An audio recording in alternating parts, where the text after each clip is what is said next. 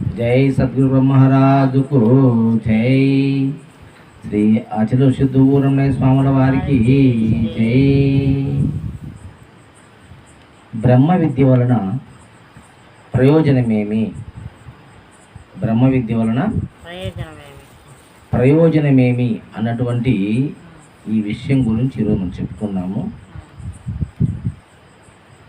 సనాతనం నుంచి పెద్దలందరూ కూడా బ్రహ్మ విద్య అనేటువంటి ఒక విద్యను ఎవరు దీన్ని సూచన చేసినారు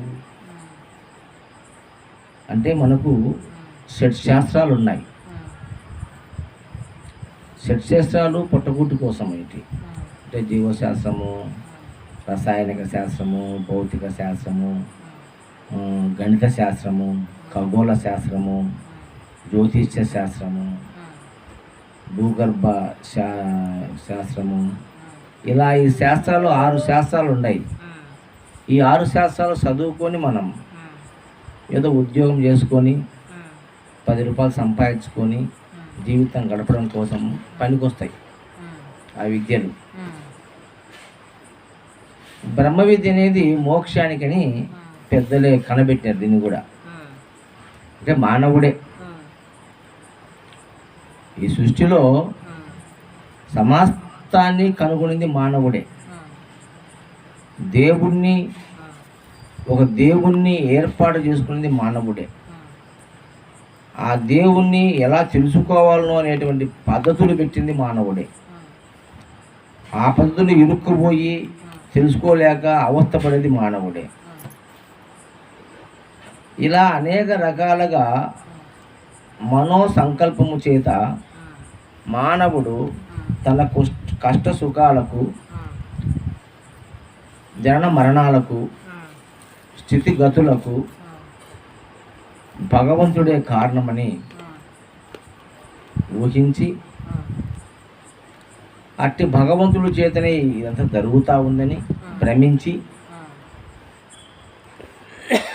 అట్టి భగవంతుణ్ణి మనం తెలుసుకుంటే మనకు మోక్షం వస్తుందని, మనకి బాధలన్నీ తొలగిపోతాయని,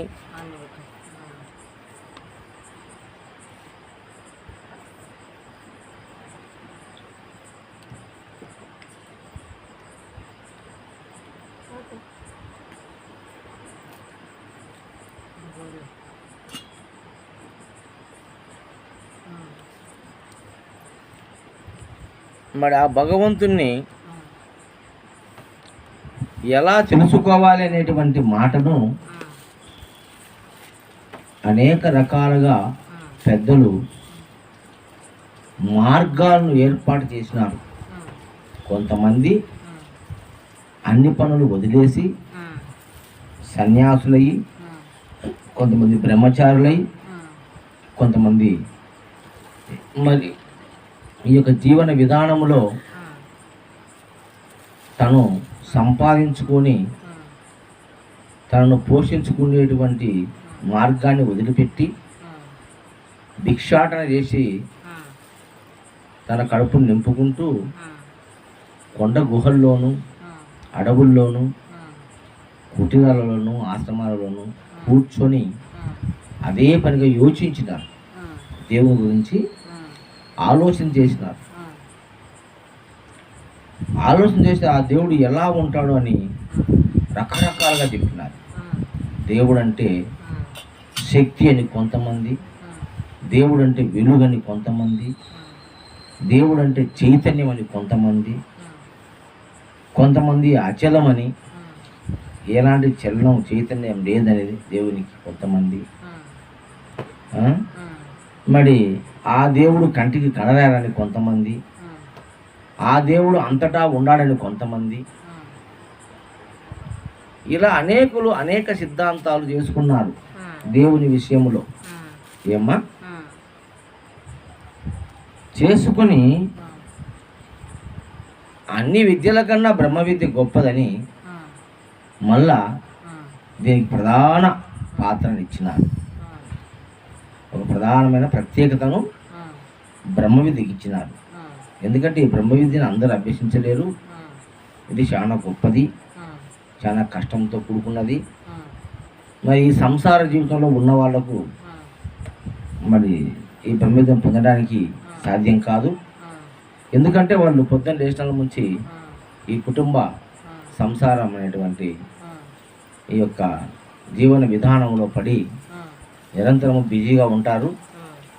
మరి వాళ్ళకు బ్రహ్మ విద్య ఎలా అబ్బుతుంది? అబ్బదు. కాబట్టి ఈ కొంతమంది పనులు లేని వాళ్ళు దాని గురించి ఆలోచించి అనేక గ్రంథాలు రాసినారు. మనకు వేదాలు, ఉపనిషత్తులు, బ్రహ్మసూత్రాలు, భగవద్గీత, భాగవతం, అష్ట పురాణాలు, మరి ఇతిహాసాలు, ఎన్నో కథలు, ఎన్నెన్నో రచించారు భగవంతుని గురించి. అవునా కదా? భగవంతుని గురించి మహత్తులు కూడా రాసినారు. ఆయన మహిమలను కూడా చెబుతూ రాసినది అష్టాదశ పురాణాలు. వేదవ్యాస రాసినటువంటి అష్టాదశ పురాణాలు దేవుని యొక్క విభూతులను అంటే మహత్తులను తెలుపుతూ రాసినారు. పలానా ఆయనకి ఇట్ట చేసినాడు, పలానాకి అట్ట చేసినాడు భగవంతుడు. హరిశ్చంద్రుని కాపాడినాడు, శివ చక్రవర్తిని కాపాడినాడు, సీతమ్మను కాపాడినాడు, మరి రామదాసును కాపాడినాడు, అన్నమయ్యను కాపాడినాడు, కబీర్ దాసు మోక్షాన్ని ఇచ్చినాడు. ఇలా చెప్పుకుంటూ పోతే ఎందరో మహానుభావులు ఈ భూమి మీద ఉన్నారు. వీళ్ళందరూ కూడా ఆ భగవంతుని యొక్క కృపకు పాత్రులైనారని గ్రంథాల్లో రచించినారు. మనం చదువుకుంటున్నాం, వింటున్నాం. అటువంటిది బ్రహ్మ విద్య. ఈ విద్య పొందుటకు కఠోరమైన తపస్సులు చేయాలి. ఈ బ్రహ్మ విద్య పొందడానికి కఠోర తపస్సు చేయాలన్నారు పెద్దలు. ఏం ఊరికి పుట్టిందా బ్రహ్మ విద్య? అష్టాంగ యోగాలు చేయాలన్నారు, నవబోధ భక్తులు కావాలన్నారు, బ్రహ్మచర్య వ్రతాలు ఉండాలన్నారు. అనేకమైనటువంటి దుశ్శాధ్యాల నుండి కూడా అంటే చేయడానికి కూడా అవకాశమైనటువంటి ప్రాణములు కలపాలని, శ్వాసను బంధించాలని, బిగించాలని, క్రియాయోగమని, సిద్ధయోగమని, కుండలిని యోగమని, మరి అనేకమైన కఠినమైనటువంటి ఎన్నో కర్మలను, క్రియలను మానవుడు చేసినాడు. కఠోర సాధనలు చేసినాడు. కొన్ని ప్రాణాల మీదకి వచ్చేది కూడా చేసినారు. అవునా కదా? ఏదానికోసము? దేవుని తెలుసుకోవడం కోసం. ఇన్ని రకాలుగా మానవుడు ఈరోజు అంటే నవవిధ భక్తులు విగ్రహాలను మొదలుకొని పూజ, పునస్కారము, మరి వ్రతాలు, జపాలు, తపాలు, అభిషేకాలు, ఒక్కపొద్దులు, అవునా కదా?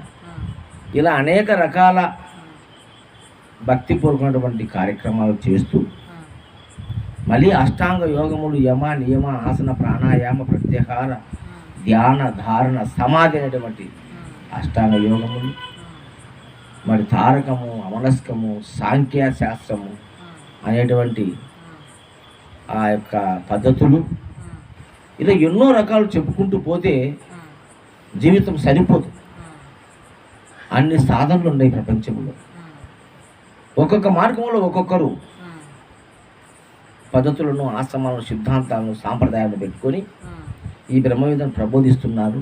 మా విద్య గొప్పదని కొందరు, మా విద్య గొప్పదని కొందరు, మా పద్ధతి గొప్పదని కొందరు, మా సిద్ధాంతం గొప్పదని కొందరు.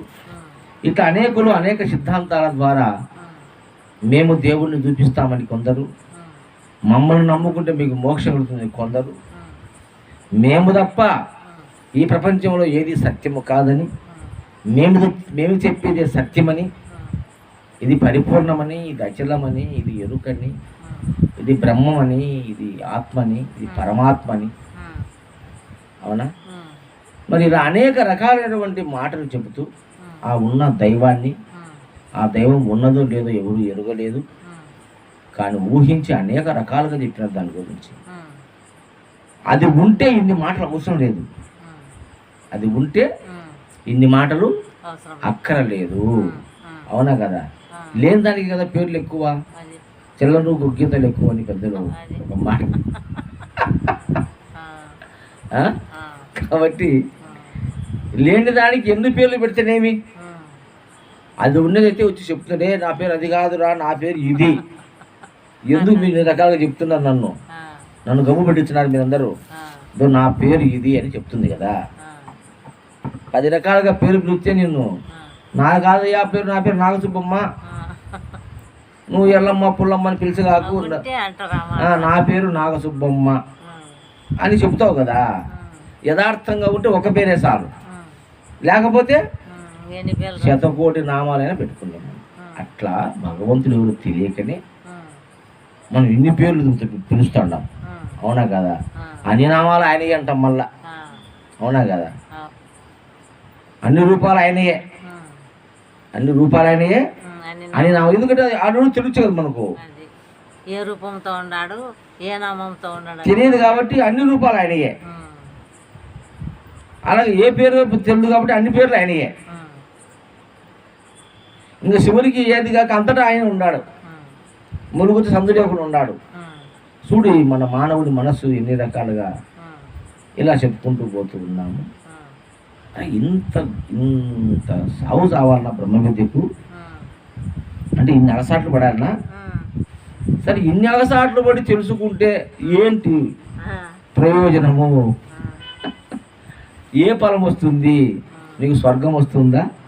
అంటే స్వర్గం అంటే ఎలా ఉంటుంది, ఎక్కడ ఉంటుంది, స్వర్గంలో ఎవరైనా ముందు పిల్లలు ఉండారా, వాళ్ళు ఏమన్నా చెప్పినారా నీకు, ఈడ స్వర్గంలో బాగుందయ్యా, రంభా ఊసి మేనక డ్యాన్స్ చేస్తుంటారు, అమృతం తాపుతుంటారు, అష్టేశ్వర భోగభాగి అనుభవిస్తున్నారు, ఎవరైనా చెప్పినారా మనకు? ఎవరు చెప్పలే.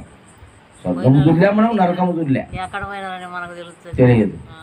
ఎందుకంటే పోయినోడు ఎవడు తిరిగి వచ్చి మనకు చెప్పలే. మరి ఎట్లా తెలుసుకుంటామని అంటే, ఈ బ్రహ్మ విద్య గురించి పడరాని పాటలు అగసాట్లు ఆశ్రమాలు పట్టుకొని, అవునా కదా, చెప్పుకుంటా మనము బాధపడతా ఉన్నాము. అయ్యా గురుదేవా, ఇన్ని రకాలుగా నేను వింటాను, మరి బ్రహ్మ విద్య వలన ఏం ప్రయోజనము అని ఒక అడిగినాడు గురువు కాడికి పోయి. ఈ బ్రహ్మ విద్య వలన ప్రయోజనం ఏంటి స్వామి, మీకేమైనా ప్రయోజనం కొనుగోలు ఉంటే చెప్పండి. గురువులు కదా మీరు, మహాగురువులు, పెద్ద గురువులు, ఆశ్రమాలు కట్టి పూజలు చేస్తున్నారు. మీకు ఈ బ్రహ్మ విద్య వల్ల నీకేమన్నా ప్రయోజనం కొనకూడదా చెప్పు, దీనివల్ల ప్రయోజనం ఏంది అని అడిగితే ఏం చెప్తాడు గురువు? మంచి ప్రయోజనం ఉందిరా, శాంతి ఉందిరా, ఆనందం ఉందిరా, యశస్సు ఉందిరా, మరి ఇవన్నీ మనం కొన్ని గుణాలన్నీ దేవుని కాదు తెలుసుకుంటూ పోగొట్టుకుంటామురా అంటే దీనికి బ్రహ్మ విద్య చదువుకోవాలన్నాయి. మనలో గుణాలు పొడవడానికి బ్రహ్మ విద్య కావాలన్నా? అవసరం లేదు కదా. మంచి పని చేయడానికి బ్రహ్మ విద్య అవసరమా? ఆనందానికి బ్రహ్మ విద్య అవసరమా? అంటే ఇన్ని కష్టాలు పడి సావాలన్నా?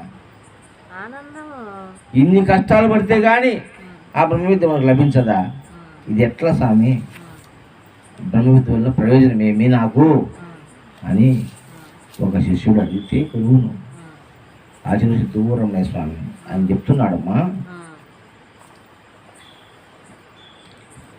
లోకములో మానవుడు తల్లి గర్భమున పుట్టి పెరుగుచు తర్వాత ముసలితనముతో చింతించుట, నానా విధములైన వ్యాధులచే బాధపడుట మొదలైన అనర్థములు కూడుకొని మరలా పుట్టుటకు కారణమైన అవిద్య యందు మునిగి ఉన్న మానవుడు తన పుణ్య పరిపాకం వలన బ్రహ్మ విద్యను సమీపింపగానే వానికి జ్ఞానము కలిగి శ్రద్ధ, భక్తి, వినయము, వివేకము ఈనవాడై పరబ్రహ్మ సాక్షాత్కారం లభించుతున్నందువలన అట్టి దాన్ని బ్రహ్మ విద్య అని తెలిపినారు.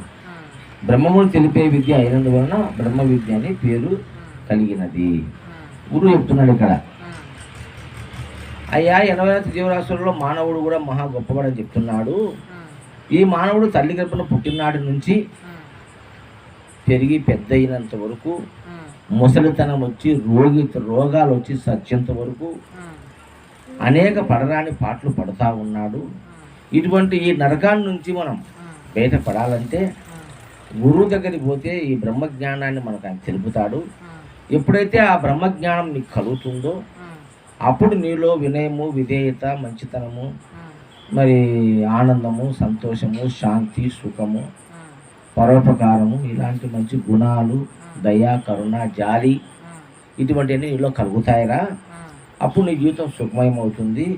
అప్పుడు నీకు మోక్షం కలుగుతుంది. అప్పుడు పరమాత్మ అంటే ఏందో నీకు తెలుస్తుంది. గురువుగారు చెప్తాడు. దీన్నే బ్రహ్మ విద్య అన్నారు. ఆ చెప్పే విధానాన్నే బ్రహ్మ విద్య అన్నారు అని చెప్తున్నాడు. బ్రహ్మ విద్య లోక విద్యల కంటే దుశ్శాద్యం ఒకట చేత దీనిని పొందడానికి ఎంతవారికి హృదయబలము చాలక గొప్పదని తెలుస్తూ కూడా ఆ విద్య నందు నిరుత్సాహము కలిగి విమర్శకులై పోవడం సాధారణమైన విషయము. అంటే ఈ బ్రహ్మ విద్య గొప్పదని అందరూ చెప్తా ఉన్నారు. ఇది తెలుసుకోవడం కష్టమని చెప్తానే ఉన్నారు. కానీ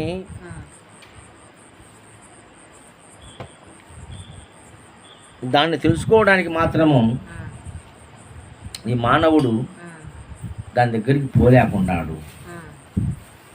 ఎందువల్ల అంటే అది అసాధ్యంగా ఉంది. అది సాధ్యమయ్యే పని కాదు. ఈ రాత్రి పూట మేలుకొని గురువు కాడ బోధ వినాల. గురువుకు శత్రువు సూచనలు చేయాల. ఎన్ని కండిషన్లు ఉన్నాయి కదా. మన ధనములను అర్పించాలా. మన సంపాదించిన కొద్దో గొప్ప గురువుకు ఆశ్రమానికి ఇయ్యాల. మనకే తిన్ను కూడు లేదు. మళ్ళీ ఎన్ని ఆడబెడతావు, అది పోకున్నట్టు కూడా పోలే అని ఈ మానవుడు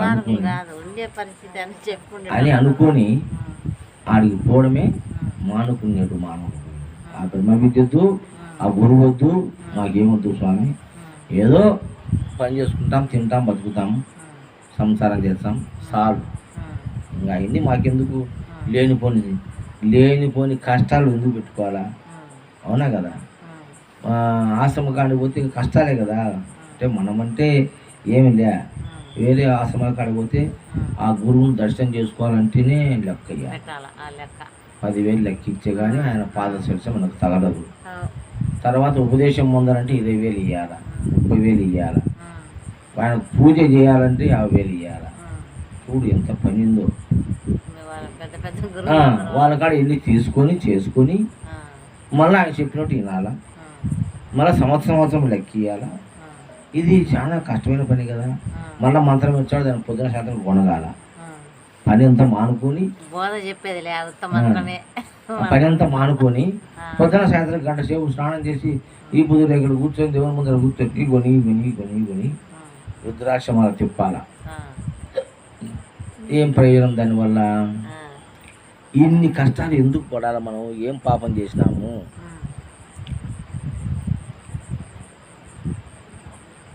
ఏదో లక్షణంగా భార్య బిడ్డలు పెళ్లి చేసుకున్నాం, పిల్లల కన్నాం, ఏదో ఇంత పని చేసుకుంటాం, 10 రూపాయలు తెచ్చుకుంటాం, తింటాం, ఆగికుంటాం, సరిపోతుంది కదా. ఈ బ్రహ్మ విద్య ఇన్ని కష్టాలు పడి గురువుకు లెక్క కట్టి, ఉపదేశానికి లెక్క కట్టి, ఆశ్రమానికి డబ్బులు ఇచ్చి, కట్టడానికి డబ్బులు ఇచ్చి, పూజలకు డబ్బులు ఇచ్చి, మన ధనంలో గురువుకు అర్పించి, శత్రువుగా శుశ్రూషలు చేసి 12 సంవత్సరాలు సేవ చేయాలంటున్నారు గురువుకు. పాపం అన్నేళ్ళు చేసే ఏం ప్రయోజనము? మళ్ళా జన్మ రాకుండా పోతుంది అంటున్నాడు. మళ్ళా జన్మ వచ్చినా రాకపోతే నాకేం? నేను చూస్తున్నానా? మళ్ళా జన్మ నేను చూస్తున్నానా? లేదు కదా. మరి వచ్చినేమో రాకపోతే నాకేం అవసరం అయ్యా మళ్ళా జన్మతో? నాకు తెలియదు కదా. ఈ దేహం అంతవరకు నాకు తెలుసు, దేహం పోతే నాకేం తెలియదు. మరి దాంతో నాకేంటి అవసరం? సరే, నరకమో స్వర్గము అంటావా? అవి చచ్చిపోయినాకనే కదా వచ్చేది. బతికుండా ఎవడన్నా, ఏ గురువన్నా శిష్యునికి స్వర్గాన్ని పంపించాడా బతికుండగా? ఏ గురువన్నా ఆ శిష్యునికి అష్ట కష్టాలను తీర్చి ఏం సుఖవంతమైన జీవితాన్ని గడపడానికి ఏమన్నా చేసినాడా? లేదు. నీ బతుకు నువ్వే బతకాల. నువ్వు పొద్దున్న పనికి పోవాలా, కరువు పనికో బరువు పనికో పోవాలా, 10 రూపాయలు తెచ్చుకోవాలా, చేసుకోవాలా, తినాలా. అవునా కదా?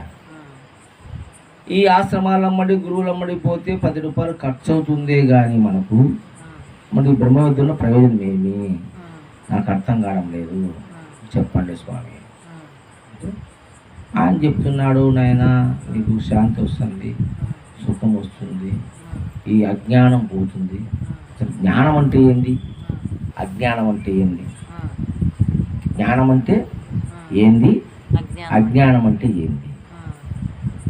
దేన్ని జ్ఞానం అంటాము, దేన్ని అజ్ఞానం అంటాము? తెలుసుకోవాలి కదా. మళ్ళీ జ్ఞానాజ్ఞానాలకు అతీతం ఉంటాం. జ్ఞానాజ్ఞానములకు అతీతం. అసలు ఏంటి ఈ మాటలన్నీ? ఈ మాటలకు అర్థం ఉందా? అసలు అజ్ఞానం అంటే ఏంది, జ్ఞానం అంటే ఏంది? బాగా పరిశీలన చేస్తే జ్ఞానము అజ్ఞానం అనే రెండు లేవు. ప్రతి మనిషికి జీవన విధానములో అవసరాలు ఉన్నాయి, అవసరాలే ఉన్నాయి. జ్ఞానాజ్ఞానములు లేవు. నిజమా కదా? అవసరాలు ఉన్నాయి. ఏంటి అవసరాలు? పొద్దున్న నిద్ర లేచింది మొదలు రాత్రి పడుకున్నంత వరకు వానికి ఏమేం కావాలనో అవి అవసరాలు. అవునా కదా? ఆ అవసరాల నిమిత్తమై ఎవడు బుద్ధికి తగినట్టుగా వాడు ప్రయత్నం చేస్తానే ఉంటాడు. నిజమా కదా? మనందరం ఇట్లుండగానే మరి పుల్లయ్య ఒక ఊరికి పోయి 2 నెలలు ఉండి వచ్చినాడు. మనందరం శ్రీపాట్లోనే ఉన్నాం. ఆయన పోయి వచ్చిండు అంటే ఆయన బుద్ధి, ఆయన పని, ఆయన అవసరం. అవునా కదా? పోయినాడు. మనకు దోషింది మనం చేసుకుంటున్నాం. ఏదో ఆ ఊరికి పనికో, ఈ ఊరికి పనికో, ఈ ఊరిలో లేకపోతే ఇంకో ఊరికి పనికి ఆటోలో పోయి 10 రూపాయలు సంపాదించుకొని తింటాడు. అట్లా వాళ్ళు వారి జీవితం కోసం ప్రయాణం చేస్తున్నది. కానీ ఇక్కడ జ్ఞానము అజ్ఞానము అని ఎట్లా చెప్తావు నువ్వు? అసలు జ్ఞానం అంటే ఏంది, అజ్ఞానం అంటే ఏంది? ఈ జ్ఞానము అజ్ఞానం పేరు పెట్టింది ఎవరు? నువ్వే. మనిషే పెట్టినాడు. జ్ఞానము లేదు, అజ్ఞానము లేదు. ఉన్నది మనిషికి అవసరం. మనిషికి అవసరం అంతే కదా? ప్రతి మనిషికి అవసరం ఉంది. పుట్టిన బిడ్డ నుంచి సచ్చే ముసలోని వరకు అవసరం ఉంది. ఆ అవసర నిమిత్తమై ఆయా జీవుడు ఆయా కార్యములు చేస్తూ ఉంటాడు. నిజమా కాదా? వాళ్ళకి తగిన పని వాళ్ళు చేసుకుంటా ఉంటారు. అది దొంగతనమో, దొరతనమో, మంచితనమో, గొప్పతనమో, చిన్నతనమో, పెద్దతనమో, ఉద్యోగమో, సద్యోగమో, గుమస్తానో, కలెక్టరో, సీఎంఓ, పిఎంఓ ఎవడన్నా కానీ వాని మనో పలకములో ఏ సంకల్పం అయితే కలిగిందో ఆ సంకల్పానుసారం వాడు పనిచేస్తూ ఉంటాడు. ఒక సమయంలో దాన్ని చేరుకుంటాడు, చేరుకోలేడు, వదిలేస్తాడు, ఇంకోటి ప్రయత్నం చేస్తాడు. అవునా కదా? ఇదే కదా జీవితము. అవసరము ప్రయత్నం ఇంతే కదా? అవసరం ఒకటి, ప్రయత్నం రెండు. అవసరం మొదటిది, ప్రయత్నం రెండవది. ఈ అవసరం ప్రయత్నంలోనిదే బ్రహ్మ విద్య కూడా. ఇదేం సపరేట్గా దీని కొమ్ములు రాలే. నీకు నిత్య జీవితంలో నిత్యావసరమైనటువంటి అవసరాన్ని తీరినప్పుడు, నిత్యావసరమైన అవసరాలు తీరినప్పుడు, ఇక ఏమీ పని లేనప్పుడు, ఏదోటి తెలుసుకోవాలన్నటువంటి సంకల్పంలో కలిగినప్పుడు కొన్ని శాస్త్రాలు చదువుతావు, కొన్ని పుస్తకాలు చదువుతావు, కొన్ని గ్రంథాలు చదువుతావు. అందులో ఏదో 4 మాటలు నువ్వు రుచిస్తే వాటిని పట్టుకొని ఈయనడిగి వాడిని అడిగి ఇళ్ళ కాడ అరువుల మీద కూర్చొని చెప్పుకుంటే ఊరు ఆ మాట ఈ మాటని, అది కాదు లేదంటే అదే లేదంటే ఇది కాదు అంటే ఈ పుస్తకంలో అట్లా చెప్పాడు, ఆ పుస్తకం అట్లా చెప్పినాడు, ఆ సినిమాలో ఇట్టుంది, ఈ సినిమాలో ఇట్టుంది అని వాళ్ళే చెప్పుకొని వాళ్ళే జడ్జిమెంట్ చేసుకొని వాళ్ళే పోల్చుకొని చెప్పుకొని ఎవరు పోల్చుకొని అట్టుండాలి రా మనిషి, నువ్వు ఇట్టుండావు, ఇది పద్ధతి కాదు, రాముడు ఇట్టున్నాడు, కృష్ణుడు ఇట్టున్నాడు, మళ్ళీ కర్ణుడు ఇట్ట దానపరుడైనాడు, ధర్మరాజు ఇట్టున్నాడు, ఇట్లాంటి మాటలు చెప్పుకుంటూ మనము పొద్దుపోతా ఉన్నాము. పని పాట లేనప్పుడు పిచ్చాపాటిగా మాట్లాడుకున్న మాటలయ్యేది. కానీ బ్రహ్మ విద్య అనేది ప్రత్యేకంగా లేదు. బ్రహ్మ విద్య అనేది ప్రత్యేకంగా లేదు. నిరంతరము నీవు చేసే ప్రతి కార్యము బ్రహ్మ కార్యమే.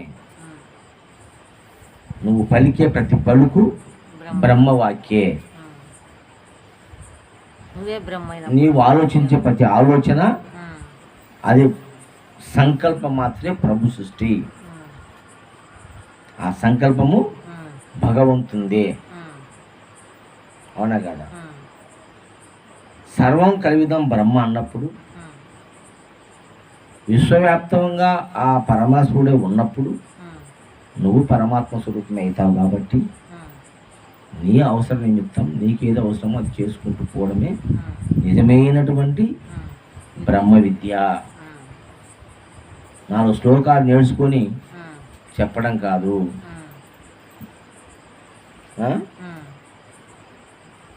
అసలు ముక్తి అంటే ఏంది? ముక్తి అనగా దేని చేత బంధింపబడకుండా మోక్షము. దేని చేత బంధింపబడకుండా ఉండడమే మోక్షము. బంధింపబడితే నరకము. అవునా కదా? కాబట్టి మనం దేంతో బంధింపబడినామో మనం తెలుసుకోవాలా. కొన్ని బంధాలు అవసరము. అవునా కదా? బంధము లేకపోతే కుటుంబం లేదు. అవునా కదా? లక్ష్మీదేవికి నీకు బంధం ఉంది, పేగు బంధము, కన్నం బంధము. అవునా కదా? ఉంది. మరి ఆ బంధం లేకుండా పోతే నీకు మోక్షం అంటే ఎట్లా? ఇది కాదు.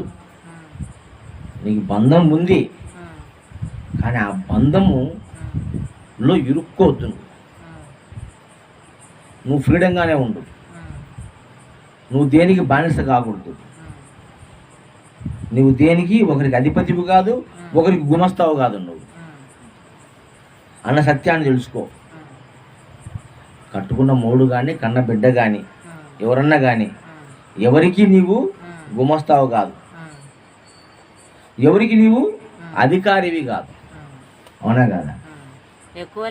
తక్కువలే. అదే సమమైన బోధ అని అన్నాడు. మొన్న పాట పడుకునే మనం, చదువు శాస్త్రము లేలరా జీవ, సమమైన బోధ పొందగలిగితే సౌఖ్యముర జీవ. ఆ సమమైన బోధ, ఆ సమభావన, ఆ స్తమ స్థితి ఎప్పుడైతే నీలో కలుగుతుందో అది బ్రహ్మ విద్య. అది జీవన రహస్యం, అది జీవిత లక్ష్యం, అది జీవిత పరమార్థం.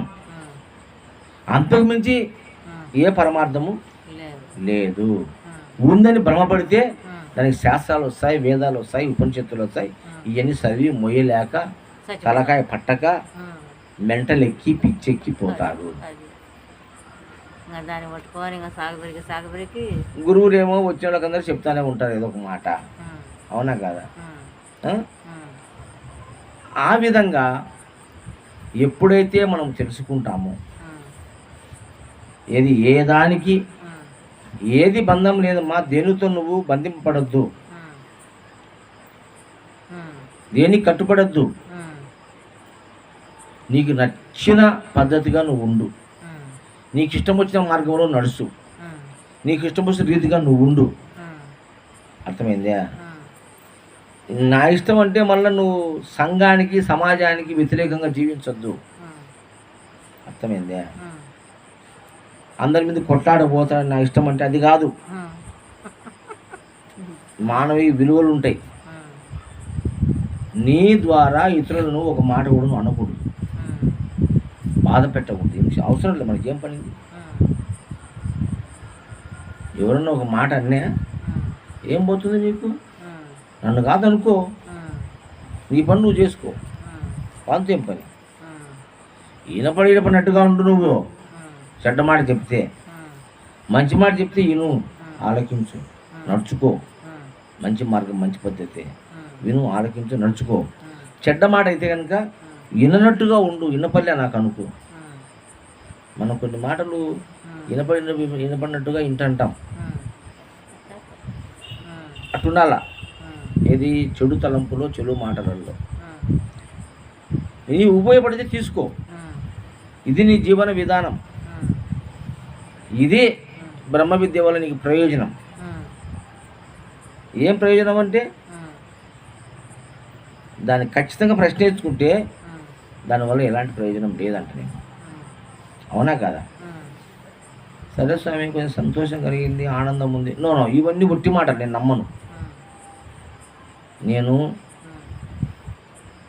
ఊరుకాడ చేరినాక నాకు బాగుంది, నేను సంతోషంగా ఉండా, నేను బాగుండా అనే మాట 10 మంది వినడానికి, గురువు మెప్పు పొందడానికి ఏం చెప్పాల్సిన మాటలే. కానీ ఎప్పుడైతే నీకు అది కలుగుతుందంటే ఈ పోలిక,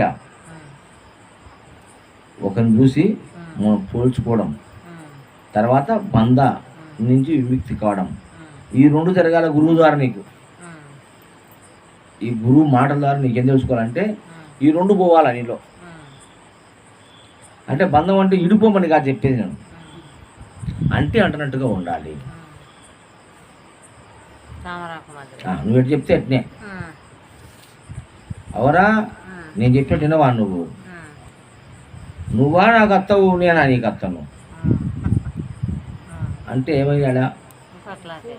కొట్లాడు వచ్చా, మనశ్శాంతి లేకుండా పోయా. అది కాదు కదా ఇక్కడ. ఏమవసరం నీకు?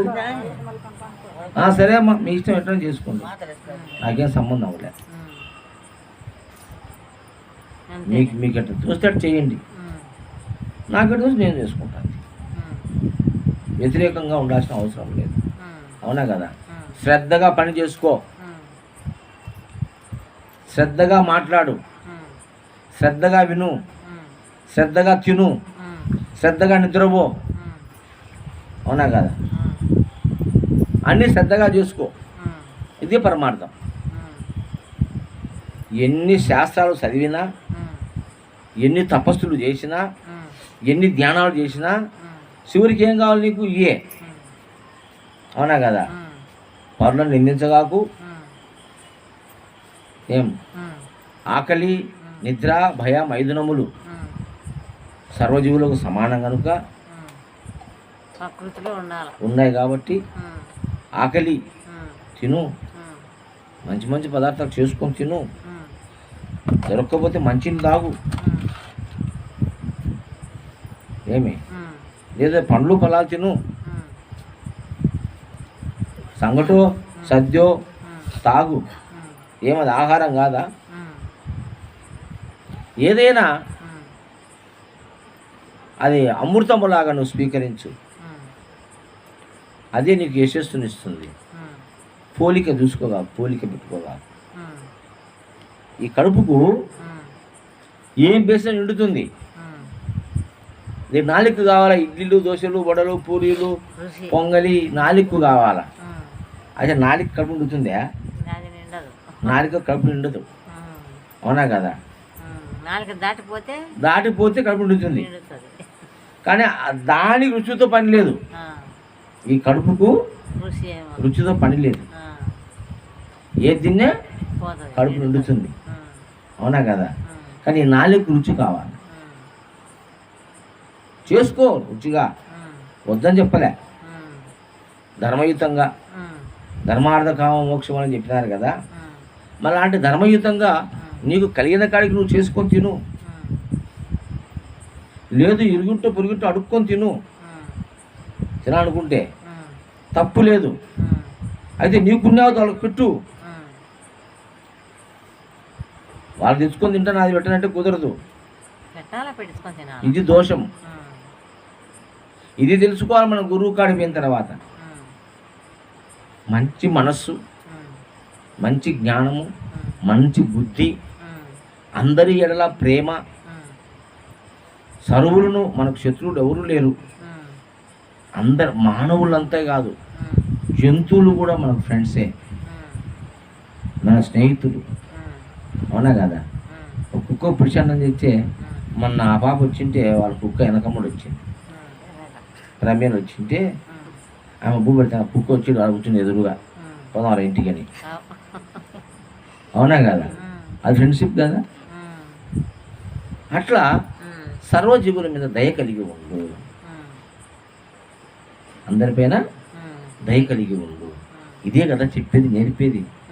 బడికి పోతే ప్రార్థన చేపిస్తారు, పంపులయ్య భారతదేశం నా మాతృభూమి, భారతీయులందరూ నా సహోదరులు. అవునా కదా? మరి వాళ్ళందరూ నాకు అన్నదమ్ములు లాంటి వాళ్ళు, వాళ్ళని నేను సర్వదా ప్రేమిస్తాను. మరి ఈ యొక్క దేశాన్ని నేను ప్రేమిస్తాను, ఈ దేశం నుండి మనుషులను ప్రేమిస్తాను, సర్వజీవులు సుఖంగా ఉండాలని ప్రార్థిస్తాను. ఇన్ని ప్రార్థన చేపిస్తారు కదా పుల్లయ్య మన బడిలో. అది కదా మూల సూత్రము, అది కదా మనకు కావాల్సింది. ఈ శ్లోకాలు ఇవన్నీ మనకెందుకు అయ్యా, మనకేం చేస్తాయి? అవసరం లేదు కదా. కాబట్టి ఇది మూల సూత్రం. మనిషిగా పుట్టిన నీవు ఇది తెలుసుకున్నట్టయితే అదే మోక్షము. అని మోక్షము, నరకము, స్వర్గము ఇవన్నీ పేర్లు పెట్టుకున్నారు మన వాళ్ళు, అంతేగాని అవి ఎక్కడ కానీ లేవు, ఎక్కడ కానీ లేవు. ఆ దేవుడు దేవుడు అంటున్నా కానీ దేవుడు ఎక్కడా లేడు. సర్వశక్తి సర్వజీవుల్లో ఉన్నది, విశ్వవ్యాప్తమై శక్తి ఉన్నది. దాన్నే దేవుడు అన్నాము, దానికే ఎన్నో పేర్లు పెట్టుకున్నాము, దానికే ఎన్నో రూపాలు పెట్టుకున్నాము. అవునా కదా?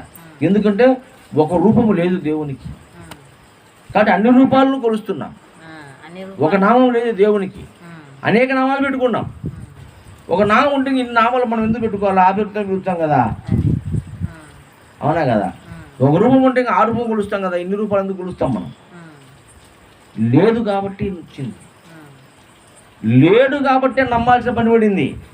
ఉంటే ఇంకా నమ్మకం దేనికి? ఉంటే నమ్మాల్సిన అవసరం ఉందా? ఏం పుల్లయ్య? ఇప్పుడు నమ్మకం అంటే ఏంది? లేకపోతే నమ్మకం, ఉంటే నమ్మకం ఎందుకు? ఇంకా ప్రత్యక్షంగా ఉన్నాడు కదా మనిషి, నమ్మేది ఏంది? ఇంకా మంచిని చూస్తా అన్నాం కదా, ఇంకా నమ్మడం ఎందుకు? కాబట్టి లేని వస్తువు కాబట్టి దీన్ని నమ్మండి అని చెప్తారు. దేవుని నమ్ముకో, నువ్వు బాగుపడతావు, నా మీద విశ్వాసం ఉంచు, నన్ను నమ్ము అని చెప్తుంది ప్రతి శాస్త్రం, ప్రతి మత గ్రంథాలు చెప్తున్నాయి. అహర్నిశములో నన్ను ధ్యానించాలంటున్నాడు, నన్ను నమ్ము అంటున్నాడు. అవునా కదా? నమ్మడం అంటే ఏంది? లేకపోతే నమ్మకం, ఉంటే నమ్మకం ఎందుకు? నిజమా కదే మాట? దీన్ని ప్రశ్నించుకోవాలి కదా మనం. కాబట్టి ఈ విధంగా గురువు దగ్గరకు వచ్చిన తర్వాత మీరు విడుదల కావాలి, బంధం ఉండకూడదు. ఇప్పుడు గురువు కాడికి వచ్చారు, అనేక భ్రమలు భ్రాంతులతో వచ్చినారు మీరు. ఏమి 33 దేవతలు ఉండాలని, శక్తి ఉందని, దయ్యం ఉందని, భూతం ఉందని, ఈశ్వరుడు ఉన్నాడని, బ్రహ్మ ఉన్నాడని, విష్ణువు ఉన్నాడని, రుద్రుడు ఉన్నాడని.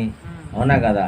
కాళికా శక్తి ఉందని, యేసుప్రభు ఉన్నాడని, అల్లా ఉన్నాడని, రాముడు ఉన్నాడని, కృష్ణుడు, ఎన్నో, వినాయకుడు ఉన్నాడని, ఇలా అనేక భ్రమలు ఉన్నాయి. ఏ దేవుడిని మొక్కాల మేము, ఎవరిని మొక్కితే మాకు ఈ పుణ్యం కలుగుతుంది, ఏ దేవుణ్ణి మొక్కితే మాకు మోక్షం వస్తుంది, ఏ దేవుణ్ణి మొక్కితే మాకు ఈ బాధలన్నీ తీరిపోతాయో ప్రయత్నం చేసి మీరు అన్ని దేవతలను మొక్కి, అన్ని రామాలయాలు, అన్ని దేవాలయాల్లో అన్ని తీరిపోతాయని మొక్కి సాలైపోయి విసుగెత్తి గురువు కాడికి వచ్చినారు. గురువు కాడికి వచ్చిన ఈ బాధలు పోవు కదా. గురువు ఏంటంటే బాధలు అనేటి నువ్వు బాధగా భ్రమిస్తున్నావు, నీకు బాధ లేదు. భ్రమలు అనేది ఎడగొడతాడు గురువు, ఆ భ్రమను తీసేస్తాడు. ఏందమ్మా బాధ అంటే ఏంది? ఉమ్, ఒక పూట అన్నం లేకపోతే బాధనా? ఉమ్. ఎవడు చెప్పిన బాధ ఉందని, అన్నం కష్టమని? ఉమ్, ఒక పూట అన్నం లేకపోతే కష్టమా? ఏం కష్టము. ఎవడు చెప్పండి కష్టం అనేది? ఉమ్, పని చేసుకొని తిను, ఉమ్, అది కష్టం ఎందుకు అవుతుంది? ఉమ్, కడుపుకు అన్నం సంపాదించుకోలేవా? ఉమ్, కాళ్ళు ఉన్నాయి, చేతులు ఉన్నాయి, కళ్ళు ఉన్నాయి, ఉమ్, నోరు ఉంది, ఉమ్, ఇన్ని ఉండి ఉమ్, నువ్వు ఈ ఈ కడుపు పట్టిన సంపాదించుకోలేవా? మనులు మాణిక్యాలు వద్దు, మిద్దెలు మేడలు వద్దు, ఉమ్. ఊడు సంపాదించుకోలేవా? కుక్కలు సంపాదించుకుంటాడు, మనుషులు సంపాదించుకోలేవు. మరి ఇంక కష్టం అంటే ఏంది? కష్టం అంటే నీకు మిద్దెలు మేడలు లేకపోతే కష్టం, అది. బంగారు లేకపోతే కష్టాలు. ఆ? ఉమ్, ఏమ్మా, ఉమ్, అవునా కదా? నిజమే. బంగారు కోసం దాటి కోసం ఇవన్నీ అంటే పొరుగింటోనికి బాగుంటే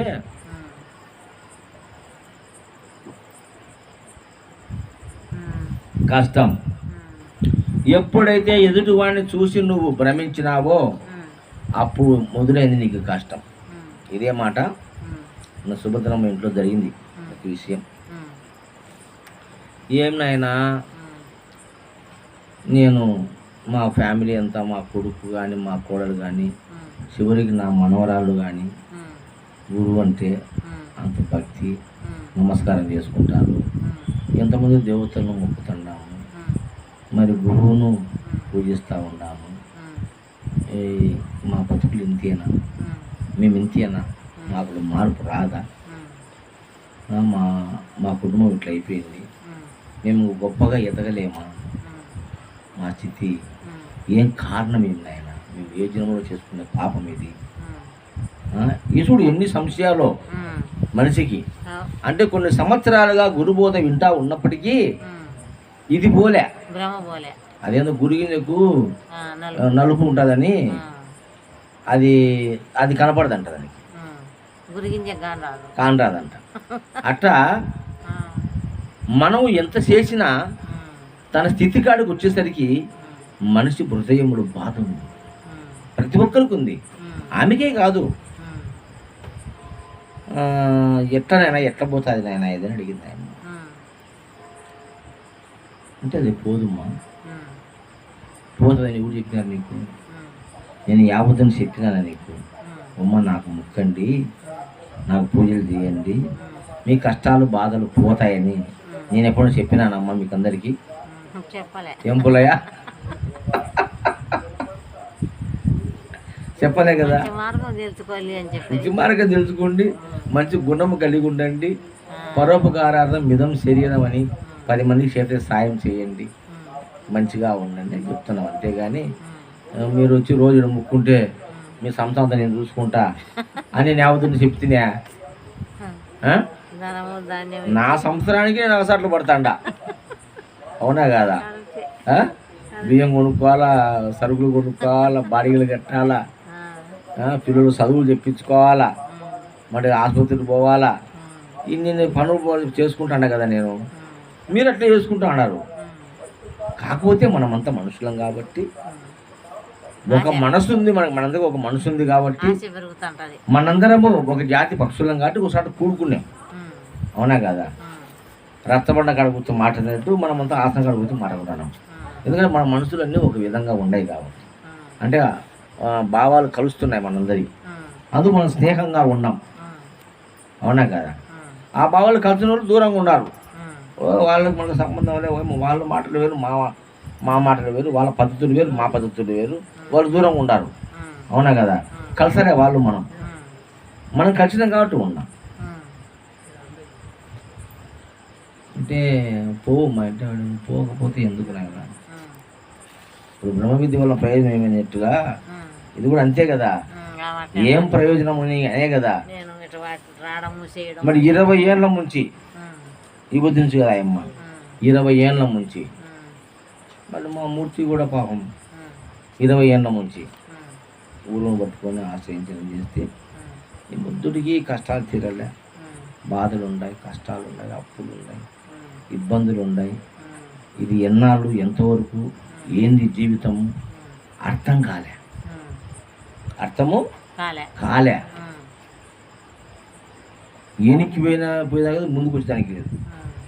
ఇది ఎట్లా ఏంది ఇది? ఇంత కష్టపడుతుంటే, ఇది శ్రమపడుతుంటే, ఇంత బాధపడుతుంటే ఎందుకు మాకు ముందుకు పోలేకున్నాము? ఏమిటి కష్టాలు? ఎందుకు? మరి పెద్దలందరేమో గురువును ఆశ్రయించితే మంచి జరుగుతుందని, ఫలానా ఆమెకు జరిగిందని చెప్తాండారు. ఆ అమ్మ గురుభక్తి ఉండబట్టి సతీ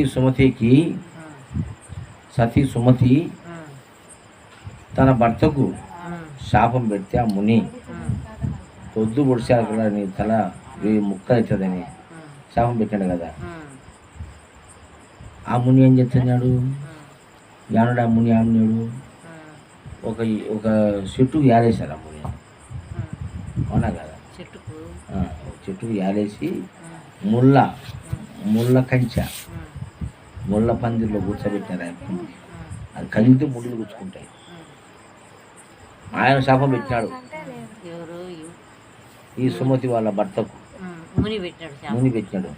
ఏంది? ఈ సుమతి వాళ్ళ భర్త ఆయన కుష్ఠరోగి. కుష్ఠరోగి. ఎందుకు గంపలో ఎత్తపోతుంది?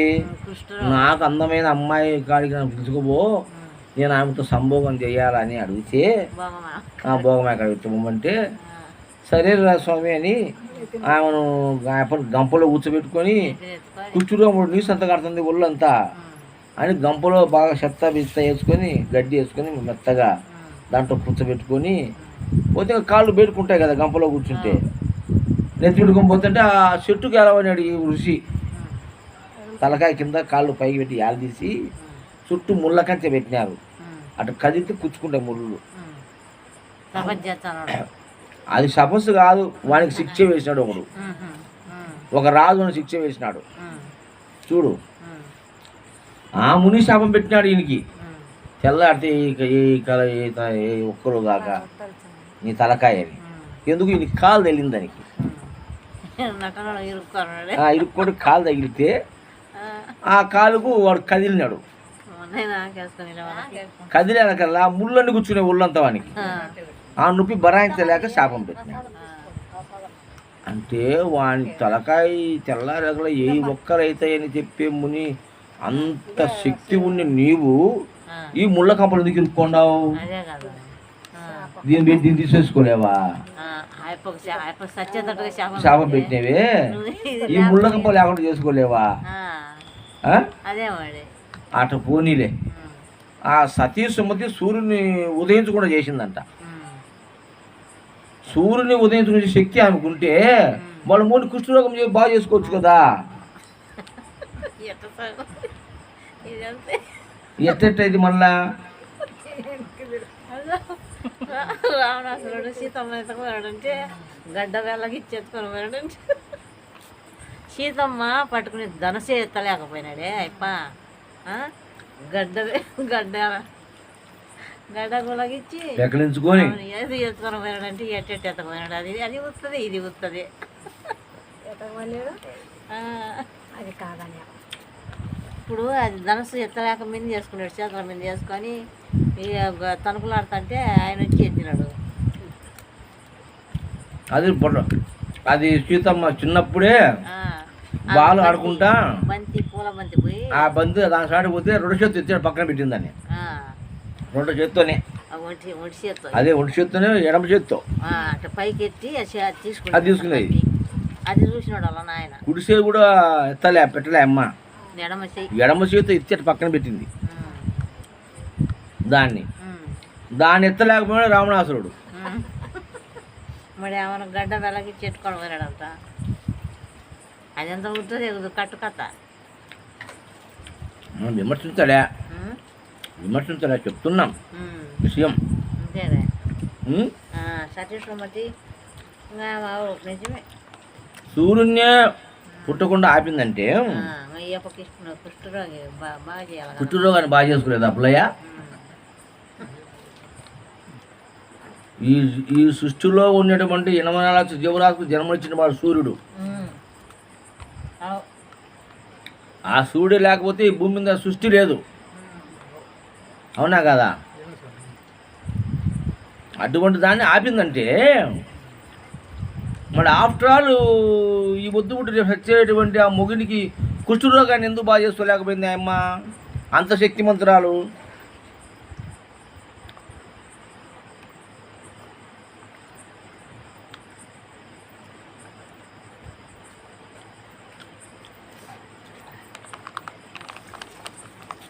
మధ్యలో వెంకటేశ్వర ప్యాషన్ తెచ్చేసింది.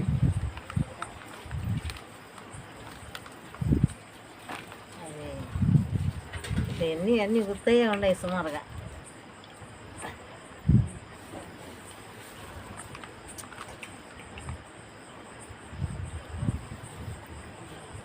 ఉంటా ఉంటే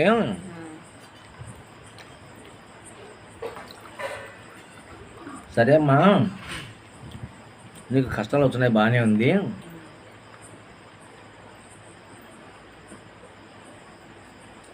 ఎట్టబోతాయి స్వామి కష్టాలు అని అడిగితే,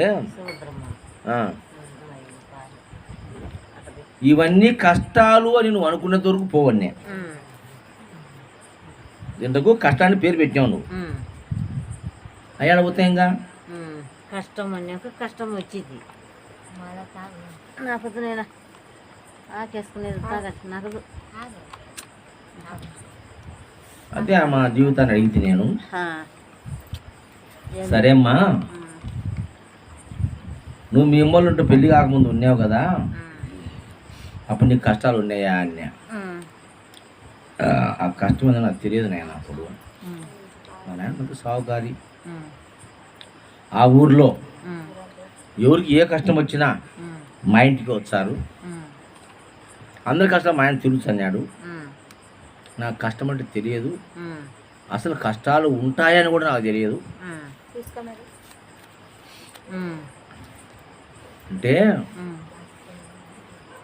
ఈ కష్టాల సుఖాలంతా నువ్వు జన్మించిన స్థానం,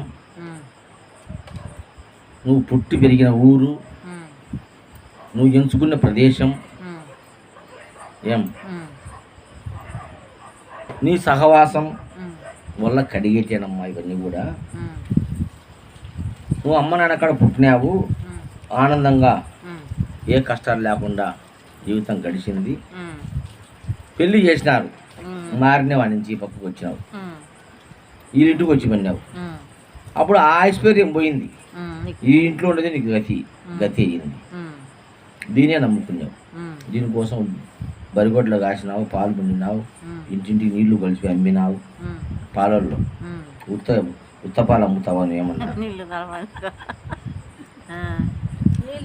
నీళ్ళు కలిపి అమ్మి 1/2 లీటర్ పాలు అయితే 1/4 లీటర్ పోసి 1/4 లీటర్ నీళ్లు పోసి 1/2 లీటర్ పోసి అని లెక్క చేసుకుని ఎన్ని చేసినావా లేదంటే చేసినా ఆయన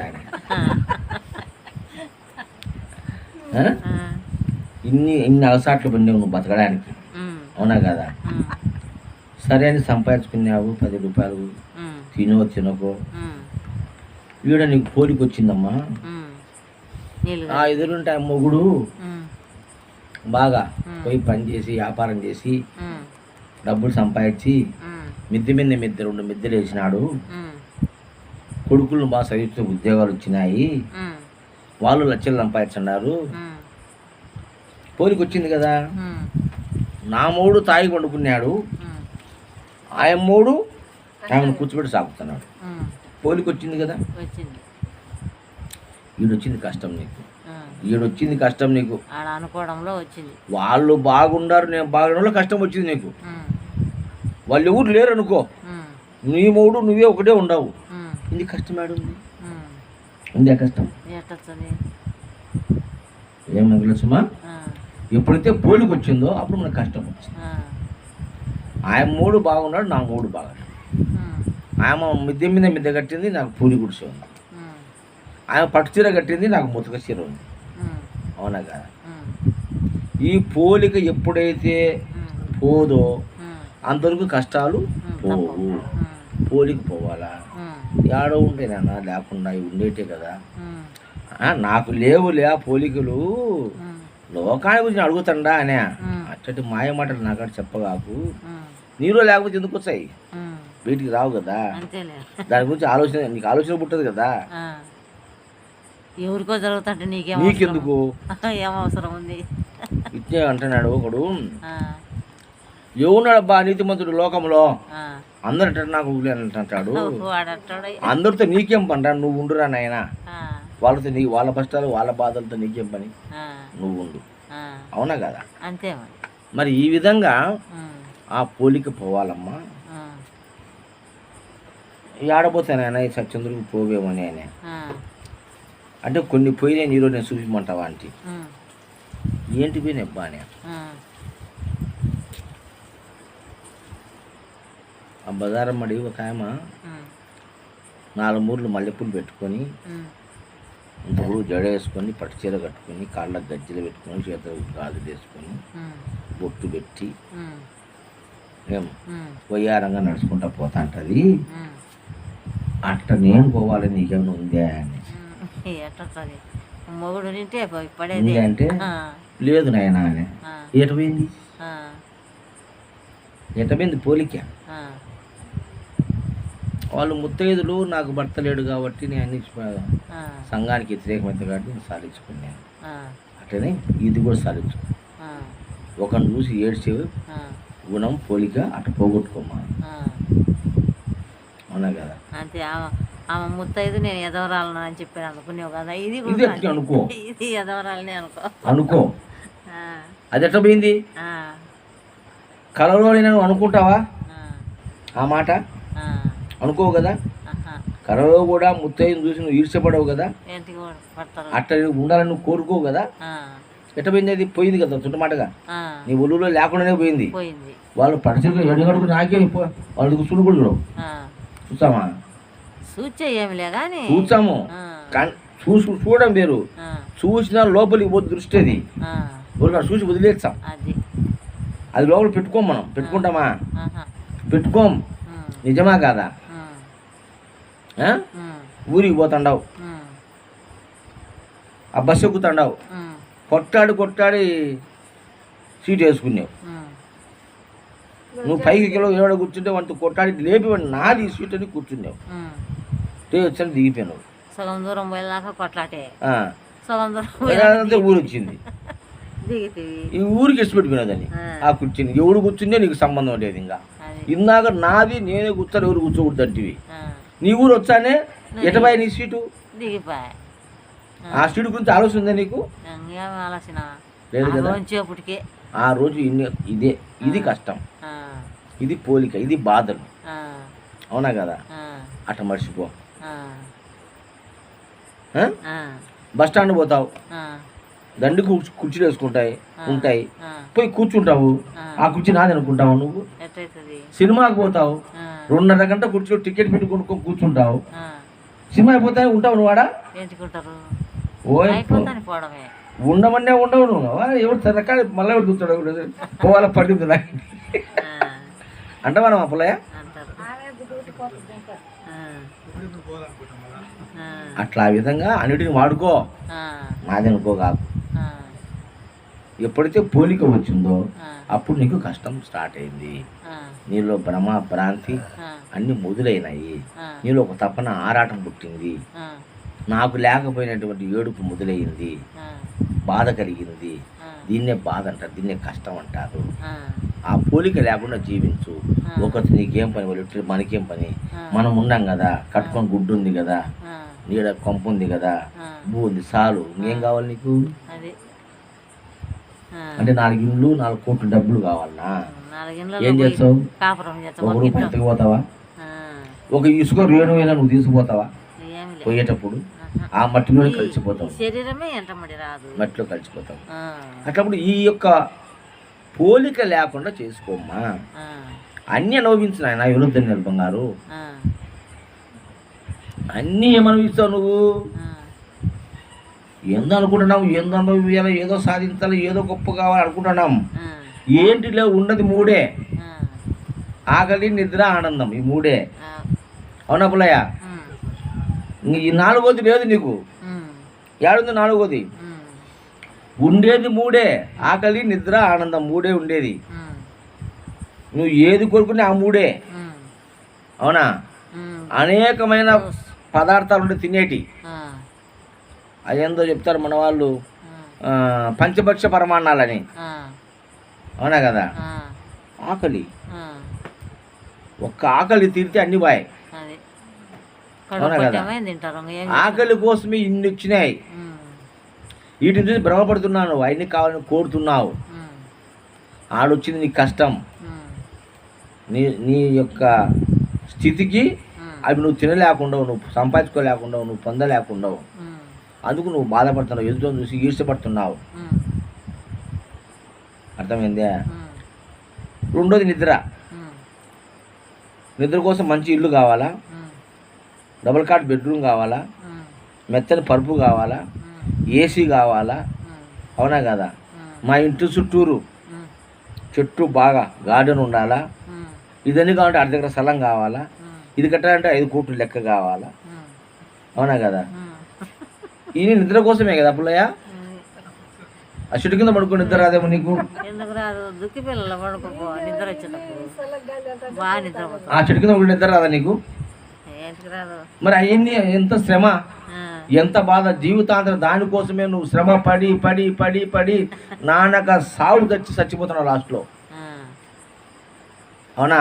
ఆ, అన్నీ సంపాదించుకొని నువ్వు పోయి ఆ ఇంట్లో పండుకుంటే నిద్ర రావడంలే. ఉమ్, ఒకటిట్లే ఉమ్, వాడు పుట్టింది మొదలు వాళ్ళ ఊరు ఏటుగడ్డనట వాళ్ళ ఊరు.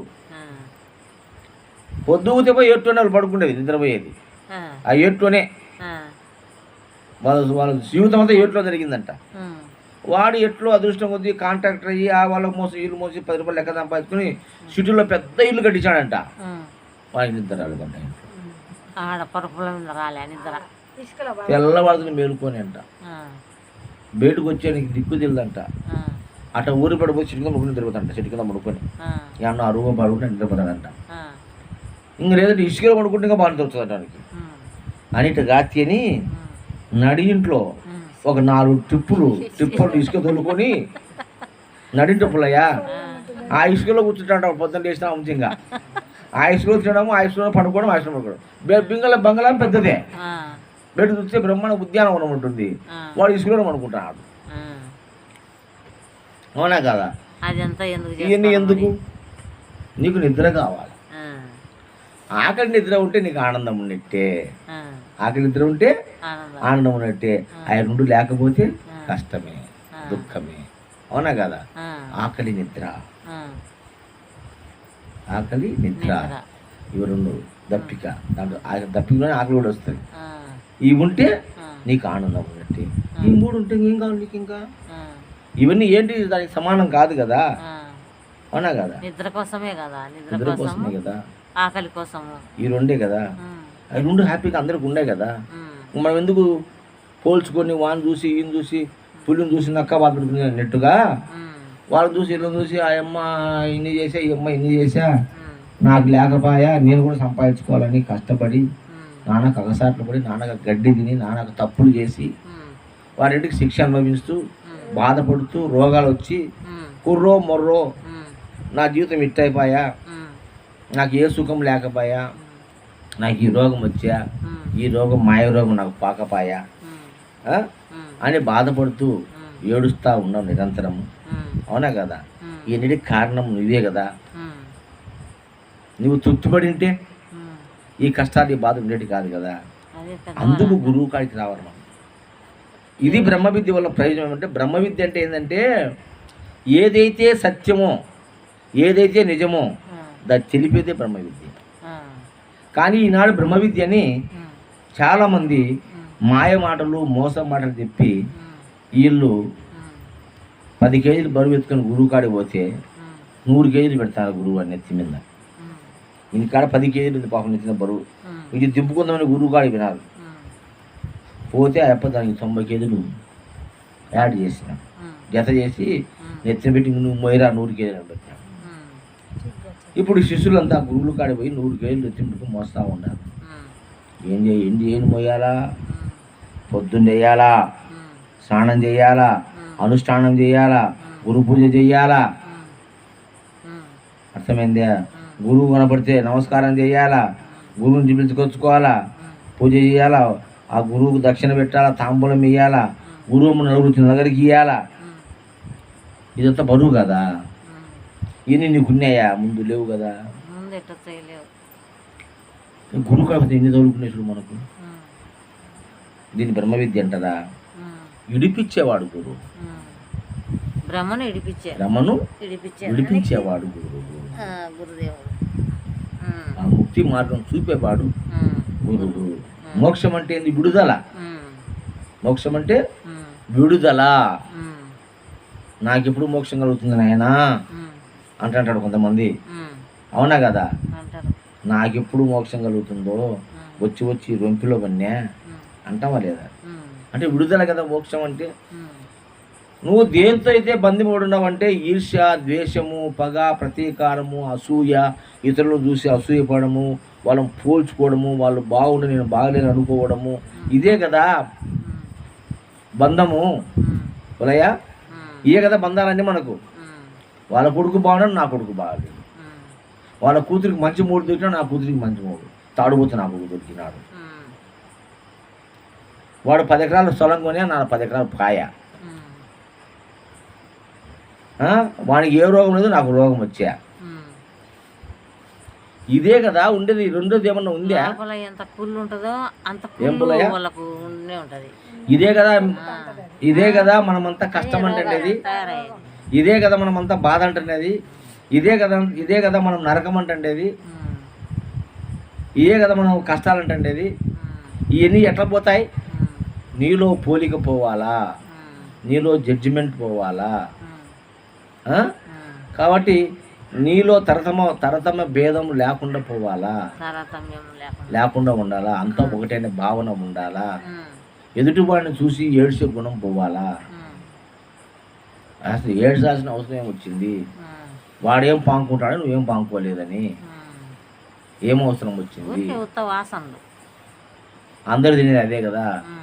లక్షాధికారి అయినా లవణం అన్నమే కానీ బంగారు గుడికిలు మింగకూడు అని చెప్తున్నారు పెద్దలు. అవునా కదా? మరి వాడేమన్నా బంగారు తింటాడా? వాడు అన్నమే తింటాడా? ఆకలి అయితే వాడు నిద్రపోతాడు.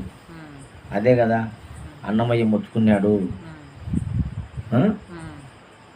నిండార రాజు నిద్రించు నిద్రయున్నొకటే, అండ నుండే బంటు నిద్ర అది ఉన్నొకటే, మెండైన బ్రాహ్మణుడు మెట్ట భూమి ఒకటే, చండాలుడుండేటి తడి భూమి ఒకటే, బ్రహ్మమొక్కటే పరబ్రహ్మమొక్కటే, పరబ్రహ్మమొక్కటే, పరబ్రహ్మమొక్కటే ఆయన చెప్పినాడు. పాపం అరే అంతా ఒకటేరా, రెండు లేవు.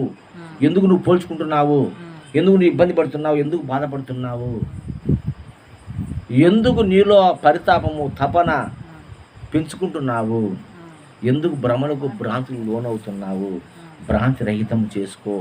ఏమి లేదు, అంతా బ్రహ్మమే. రెండో వస్తువు ఈ విశ్వంలో లేనే లేదు అని గ్రహించు.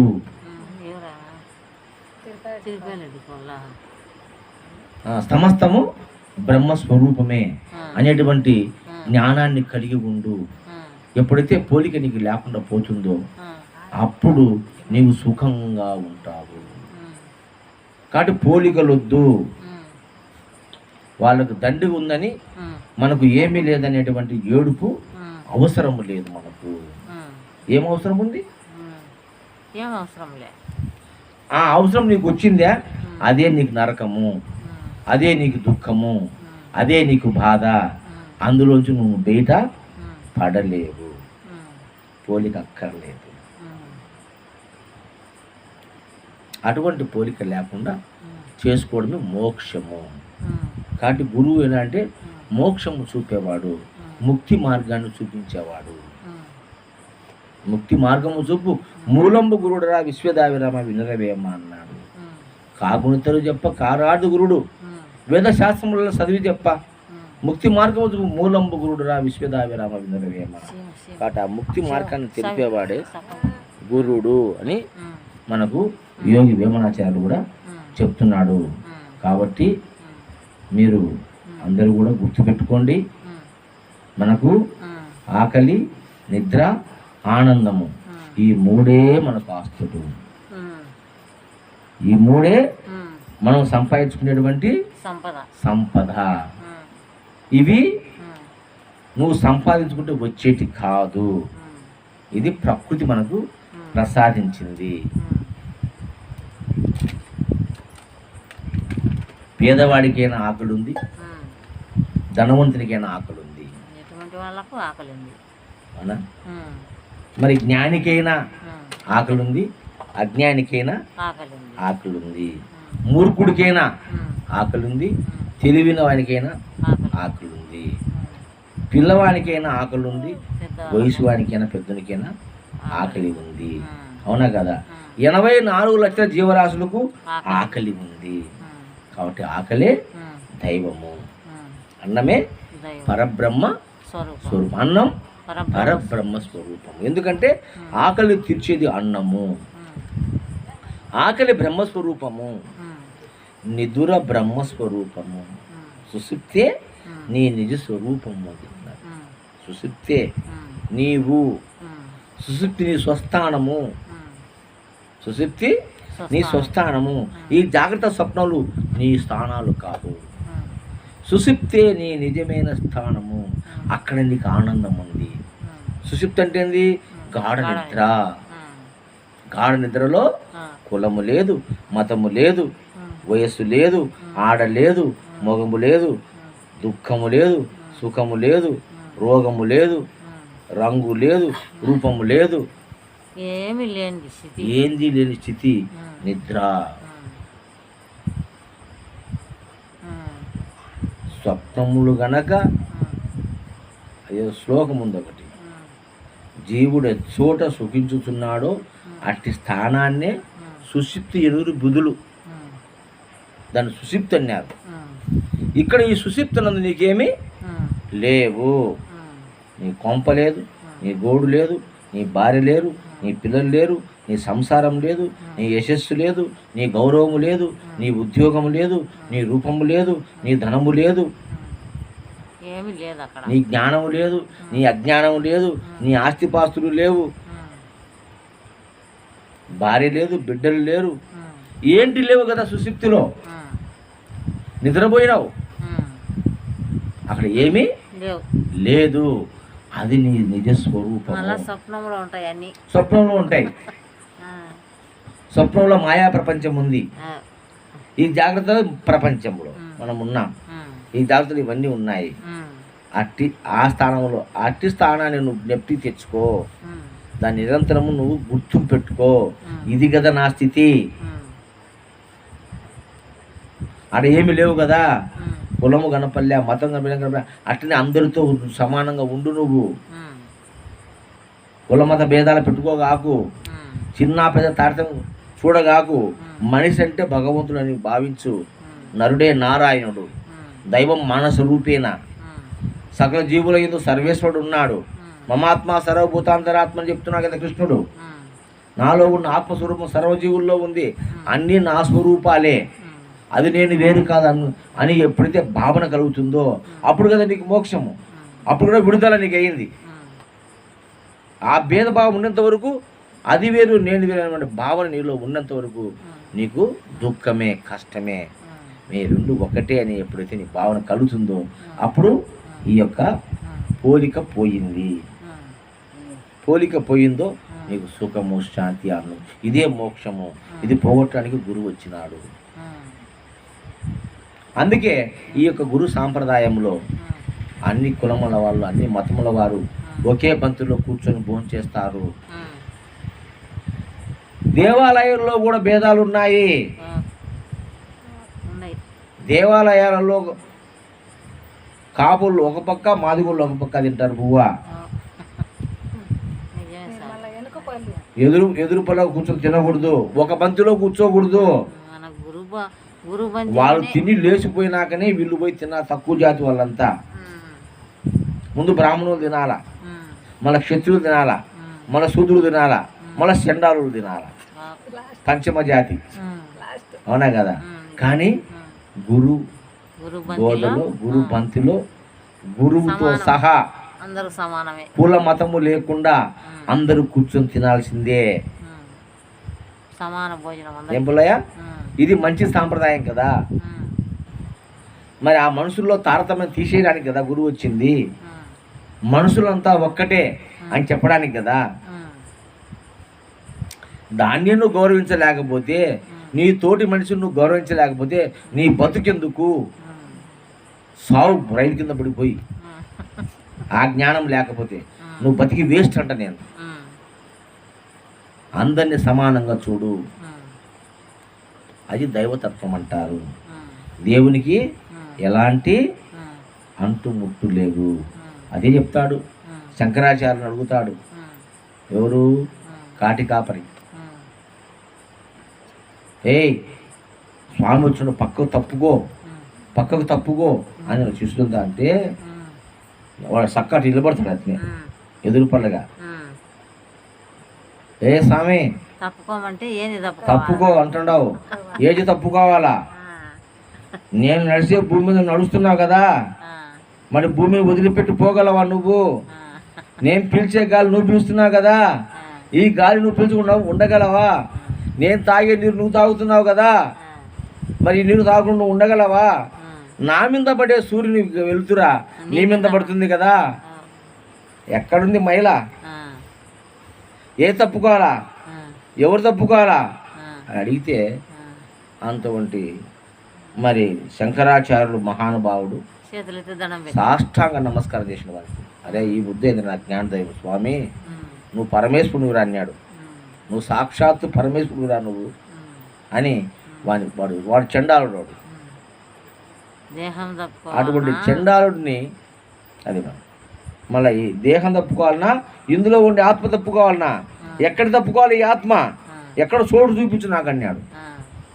చోటు చూపించు. అణువణువున ముడుగుత సందు లేకుండా ఆత్మ ఉంది కదా, నేను ఎట్ట తప్పుకోవాలా? నేనెవరు నువ్వెవరు? నీకు నాకు తేడా ఏమి? ఉత్సవాలు పనేవానికి ఓరినా ఏడు సామాన్యుడు కదరా నువ్వు పరమేశ్వరుడు అని చెప్పేసి సాష్టాంగ నమస్కారం చేశాను. ఇది బ్రహ్మ విద్య. ఇది బ్రహ్మ విద్య వల్ల ప్రయోజనము. బ్రహ్మ విద్య మనకి ఏమంటే కుల మత భేదము మాపు చేసేది బ్రహ్మ విద్య. మనుషులంతా ఒక్కటని చెప్పేది బ్రహ్మ విద్య. ఏమి ఫలము మనకు బ్రహ్మ విద్య వలన? మనుషులంతా ఒక్కటే అని చెప్పేది బ్రహ్మ విద్య. కులమతాలను రూపుమాపేది బ్రహ్మ విద్య. అంటరాంతరాన్ని రూపుమాపేది బ్రహ్మ విద్య. సర్వజీవులను ఒకటిగా చూసేది బ్రహ్మ విద్య. 84 జీవరాశులు ఒకటని భావించే బ్రహ్మ విద్య. లోక సమస్త సుఖినో భవంతు అని చెప్పేది బ్రహ్మ విద్య. ఇది బ్రహ్మ విద్య వలన ఉపయోగము. స్వామి అందులో ఏం చెప్పినాడో అది ఎందుకో నాకు దాన్ని చదవాలనిపించలే, నా మనసులో కలిగి నేను చెప్పాలనుకున్నా. బ్రహ్మ విద్య వల్ల ప్రయోజనం ఏమంటే మోక్షము, దేవుడు కనపడతాడనో, నువ్వు దేవుడు ఐక్యమైతమైనో, నీకు జన్మ రాహిత్యం అవుతుందనో, నువ్వు స్వర్గం పోతున్నో, ఇవన్నీ తప్పుడు మాటలు. ఈ అబద్ధం మాటలు వీటి నమ్మద్దండి, మోసపోవద్దండి. ఇవన్నీ శుద్ధ అబద్ధము, ఇవన్నీ తప్పులు. వీళ్ళు వాళ్ళ పూట గడపడం కోసం చెప్పేటువంటి మాయ మాటలు. బ్రహ్మ విద్యల ప్రయోజనం ఏమంటే మరి జన్మ లేకుండా చేసుకుంటున్నా తప్పు. ఆ మాట సత్యం కానే కాదు, అది ఏ శాస్త్రంలో లేదు. ఎవడో అంతరాత్మ ప్రశ్నించుకోమను, అది కాదు బ్రహ్మ విద్య. శంకరాచార్యుడు చెప్పినాడే చండాలుడు, అది బ్రహ్మ విద్య. అన్నమయ్య చెప్పినాడే అది బ్రహ్మ విద్య. రామదాస్ చెప్పినాడే అది బ్రహ్మ విద్య. అవునా కాదా? ఇది బ్రహ్మ విద్య. ఇప్పుడు చెప్పే పెద్దలు చెప్పేది బ్రహ్మ విద్య కాదు. ఆ విద్య మనుషుని వేరు చేస్తుంది. అవునా కదా? ఆ విద్య మనుషుల్ని వేరు చేస్తుంది. వీడు 10 రూపాయలు ఇచ్చే వాడి చుట్టూ కోరసు చూసేది, వాడు 1000 రూపాయలు ఇచ్చే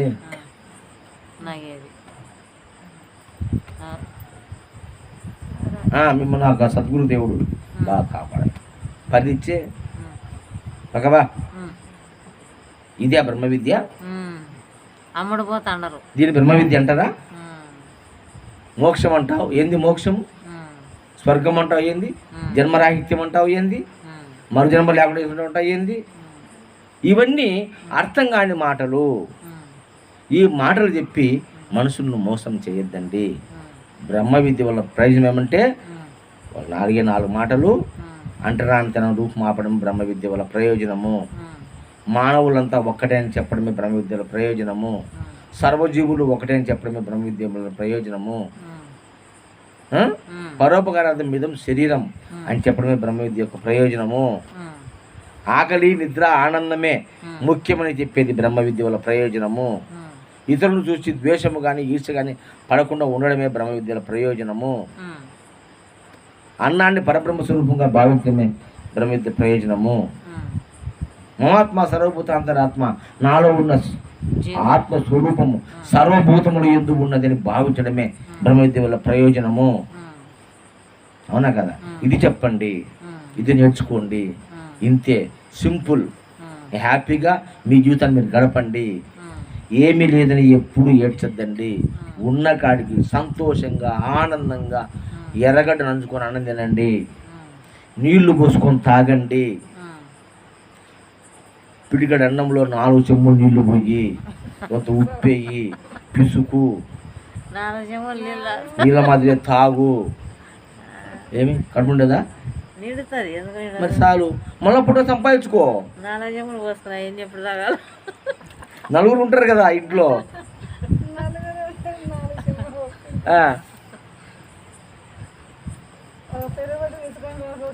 ఆనందంగా తాగు. మరి కుళ్ళిపోయిన రొట్టెలు పెడితే రామదాసు ఎంతో రుచి అన్నాడు, ఉప్పు అంతా పోసి ఎంతో రుచి అన్నాడు. అవునా కదా? అట్లా ఆ యొక్క మంచి మనసుతో మనం ఉంటే విషం కూడా అమృతం అవుతుందమ్మా. అంత మనసు మనకు మంచిగా ఉంటే విషం కూడా అమృతం అవుతుంది. నీలో మంచి మనస్సు ఉంటే నిన్ను తిట్టేవాడు కూడా నిన్ను వచ్చి పొగుడుతాడు.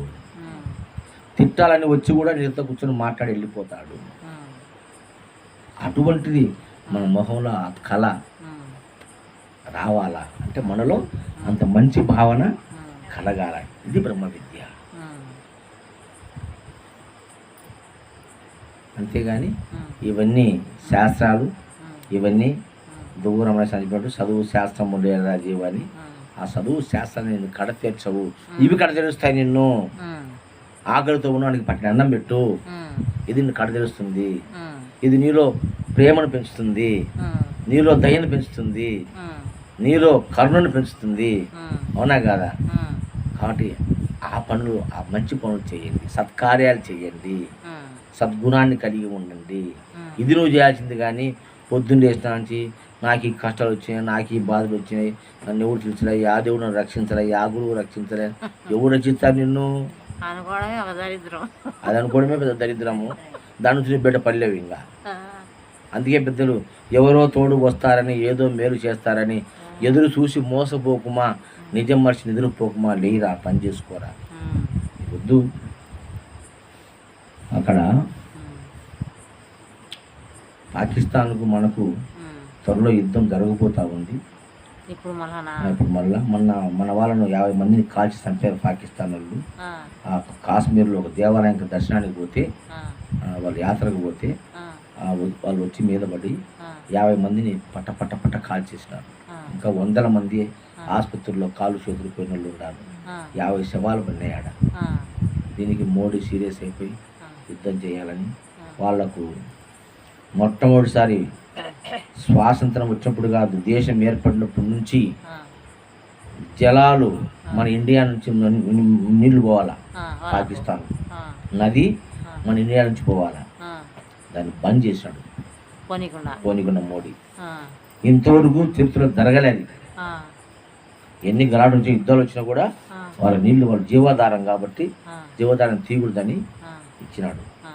అయితే మోడీ వీళ్ళు పువ్వు పట్టినారు. మా దేశంలోకి వచ్చి మా మనుషులు సంపాదించిన అవసరం ఏమొచ్చింది మీకు? ప్రాణంతో సమానం కదా నీళ్లు, ప్రాణమే కదా. కాబట్టి మొట్టమొదటిసారి మన నీటిని బంద్ చేసినాడు. పాకిస్తాన్ నుంచి ఇండియాకు వచ్చిన వాళ్ళు ఉద్యోగరీత్యా రాని, ఆసుపత్రులు చూపించుకోనికి రాని, టూరిజం రాని, వలస వచ్చిండని 48 గంటల్లో అందరికి ఖాళీ చేసిపోవాలి. ఇండియా మొత్తం ఖాళీ చేయించిండు. ఎవడే కానీ పాకిస్తాన్ ఇండియాను ఉండకూడదు, మొత్తం ఖాళీ చేయించినాడు. ఇట్లా కొన్ని పనులు స్ట్రిక్ట్గా చేసినాడు. ఇలా జరుగుతూ ఉంది. ఈ విధంగా ఆ యుద్ధంలో మన జరిగిన యుద్ధంలో అంట మన ఇండియన్ ఆర్మీ ఒక అబ్బాయి 19 ఏళ్ళ పిల్లవాడు పాకిస్తాన్ వాళ్ళు వచ్చి కాలిస్తే 15 బుల్లెట్లు వినేంట వానికి, ఆ పిల్లోనికి. పిల్లోనికి. 19 ఏళ్ళ అబ్బాయి ఆర్మీలో పనిచేస్తున్నాడు. యువకుడు కొత్తగా చేరినాడు ఆర్మీలో. అన్ని బుల్లెట్లు పోతే పానం ఉక్కబుట్టుకొని వాడు కదలకుండా అంటే పనుకొని వాళ్ళు కాల్చి చచ్చిపోయిన లేచిపోతుంటే మన జేబులో బాంబు ఉంటే తీసి వాళ్ళ మీద వేసాడంట. వాళ్ళు సుమారు చచ్చిపోయారు. తర్వాత పానం ఉగ్గబట్టుకొని వాడు ఆ నుంచి బయలుదేరి ఒక ఏరు బారుతుంటే ఆ ఏరులో పన్నాడంట. ఆ కుట్టుకొని బయటకల్లా మన ఇండియన్ ఆర్మీలు అక్కడ ఉండే వన్ పేరు తీసినారు. వాళ్ళు మాట్లాడుకున్నారంట, పలానా చాట ఉంది ఇండియా ఆర్మీ మొత్తం, దానిపై మనం చుట్టుముట్టి అందరిని చంపుదామని వాళ్ళు మాట్లాడుకుంటే ఇది విన్నాడు. అది చెప్పాడు వాళ్ళకు. చెప్పి నా దేశం కోసం నేను చివరి క్షణం వరకు కాపాడతా అని చెప్పి స్పృహ తప్పి పడిపోతే వాళ్ళని హాస్పిటల్ తీసుకున్నారు. తర్వాత వీళ్ళు చెప్పాడు కాబట్టి వీళ్ళు ముందు అరెక్ట్ అయ్యి వాళ్ళందరినీ చంపేసినారు. పాకిస్తాన్ అందరినీ దేశాన్ని రక్షించుకున్నారు మన వాళ్ళు. వాడు బతికి వచ్చినాడు. ఇప్పుడు వానికి రాష్ట్రపతి అవార్డు ఇచ్చేసింది. అంటే మంచి కోసం వాడు ప్రాణం పోతన్నా కూడా మంచి చేసినాడు. ఎన్ని బుల్లెట్లు? 15 బుల్లెట్లు దిగినా వాడు బతికినాడు. అంటే ఆ సంకల్పం, వాడి సంకల్పం నా దేశానికి నేను చెయ్యాలా మంచి, అంటే నా ప్రజలను రక్షణ చేసుకోవాలా అని ఒక సంకల్పంతో ఈనాడు యుద్ధాన్ని పోతామంటే మన ఇండియాలో రిటైర్డ్ అయ్యే ఆర్మీ వాళ్ళందరూ వచ్చింటారు కదా, వాళ్ళు 10 ఏళ్ళు 15 ఏళ్ళు చేసి వస్తారు పుల్లయ్య, వాళ్ళంతా చెప్తున్నారు మీరు ఇప్పుడు ఒక్కటి టీవీలో మోడీ గారు ఎవరైతే రిటైర్డ్ అయిపోయినారో వాళ్ళందరూ మళ్ళీ రాండి ఆర్మీ లేకంటే మేమంతా వస్తాము, మళ్ళా దేశానికి సేవ చేస్తాం, యుద్ధం చేస్తాం మేము అంటున్నారు. మన దేశానికి యుద్ధం చేస్తాము మేమంతా వస్తామని ఇప్పుడు అందరూ వచ్చి చెప్తున్నారు పుల్లయ్య. యూట్యూబ్లో అక్కడ చెప్తున్నారు, వచ్చి ఇంటర్వ్యూ ఇస్తున్నారు. మాకేం ఆర్డర్స్ అవసరం లే, యుద్ధం జరుగుతుంది. పాతలు వాళ్ళకన్నీ తెలుసు కదా, వాళ్ళు 15 ఏళ్ళు 20 ఏళ్ళు సర్వీస్ చేసినారు. వాళ్ళకన్నీ ఎక్కడెక్కడ ఎట్ట రూట్ బాట్లు అన్నీ తెలుసుట వాళ్ళకు. మీరు రాండి అంటే అందరం మేము వస్తాం, మాకు సర్వీసింగ్గా ఉంది, మేము వస్తాం, యుద్ధం చేస్తాం, మా ప్రాణాలు తెగించేలా మేము చేస్తాం అంటున్నారు.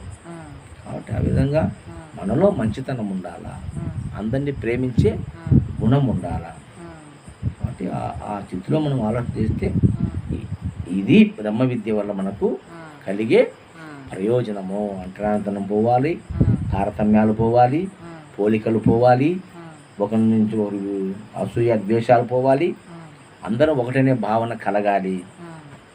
ఇది బ్రహ్మ విద్య వల్ల మనకు కలిగే ప్రయోజనము అని నేను చెప్తున్నాను అందరికీ. అంటే ఇంతకన్నా మించి మనకేం కావాలా? అమావాస్య అయిపోతుంది స్వామి, రేపు అమావాస్య.